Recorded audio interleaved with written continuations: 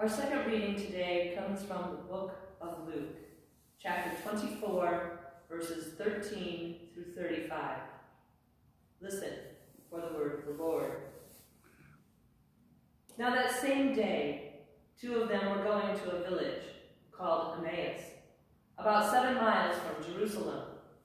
They were talking with each other about everything that had happened, and as they talked and discussed these things with each other, Jesus himself came up and walked along with them, but they were kept from recognizing him. He asked them, "What are you discussing together as you walk along?" They stood still, their faces downcast. One of them, named Cleopas, asked him, "Are you only a visitor to Jerusalem and do not know the things that have happened there in these days?" "What things?" he asked. "About Jesus of Nazareth," they replied. "He was a prophet, powerful in word and deed before God and all the people. The chief priests and our rulers handed him over to be sentenced to death, and they crucified him. But we had hoped that he was the one who was going to redeem Israel. And what is more, it is the 3rd day since we all took this place. In addition, some of our women amazed us. They went to the tomb early this morning, but didn't find his body. They came and told us that they had seen a vision of angels who said he was alive. Then some of our companions went to the tomb and found it was just as the women had said, but him they did not see." He said to them, "How foolish you are, and how slow of heart to believe all that the prophets have spoken. Did not the Christ have to suffer these things and then enter his glory?" And beginning with Moses and all the prophets, he explained to them what was said in all the scriptures concerning himself. As they approached the village to which they were going, Jesus asked, as if he were going farther. But they urged him strongly, "Stay with us, for it is nearly evening. The day is almost over." So he went in to stay with them. When he was at the table with them, he took bread, gave thanks, broke it, and began to give it to them. Then their eyes were opened, and they recognized him, and he disappeared from their sight. They asked each other, "Were not our hearts burning within us while he talked with us on the road and opened the scriptures to us?" They got up and returned at once to Jerusalem. There they found the 11 and those with them assembled together and saying, "It is true, the Lord has risen and has appeared to Simon." Then the two told what had happened on the way and how Jesus was recognized by them when he broke the bread. Thus ends the reading. Thanks be to God.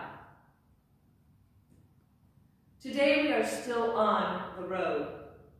We are at times weary and not sure of the destination. We want this journey to end. In history, we have heard of the Trail of Tears, the forcible removal of various Indian tribes from their lands. They didn't know their final destination, but I'm sure they wanted it to end quickly, just as we want the trail we are currently on to end. The two on the road to Emmaus knew their final destination, home.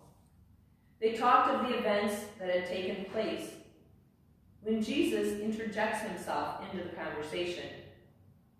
Of course, they didn't know who he was. Jesus asks why they are slow to believe. If they know the scriptures, then they should have known what was to happen. In essence, on this road, they should have known the final destination. Upon their arrival, they asked him, Jesus, to stay as the hour was late. He obliged them. As they ate, Jesus took the bread, gave thanks, broke it, and their eyes were opened. They hurried to tell the disciples what had happened, sharing the good news. It is what we must do today. Listen and share the good news with others. We are hearing a lot of misinformation. We need to begin seeking the truth about what is happening in the world and in our country today. We must open our eyes. We must put our faith and trust in God. Also, we must remember that He has given various skills to all people, and they need to realize where those gifts have come from. God gives us trials. He gives us strength to get through them. He gave us hearts, not to be filled with hate, but to be filled with love, kindness, and compassion for our fellow man.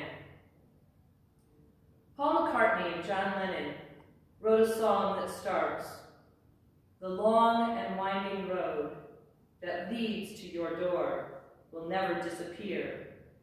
I've seen that road before. It always leads me here, leads me to your door."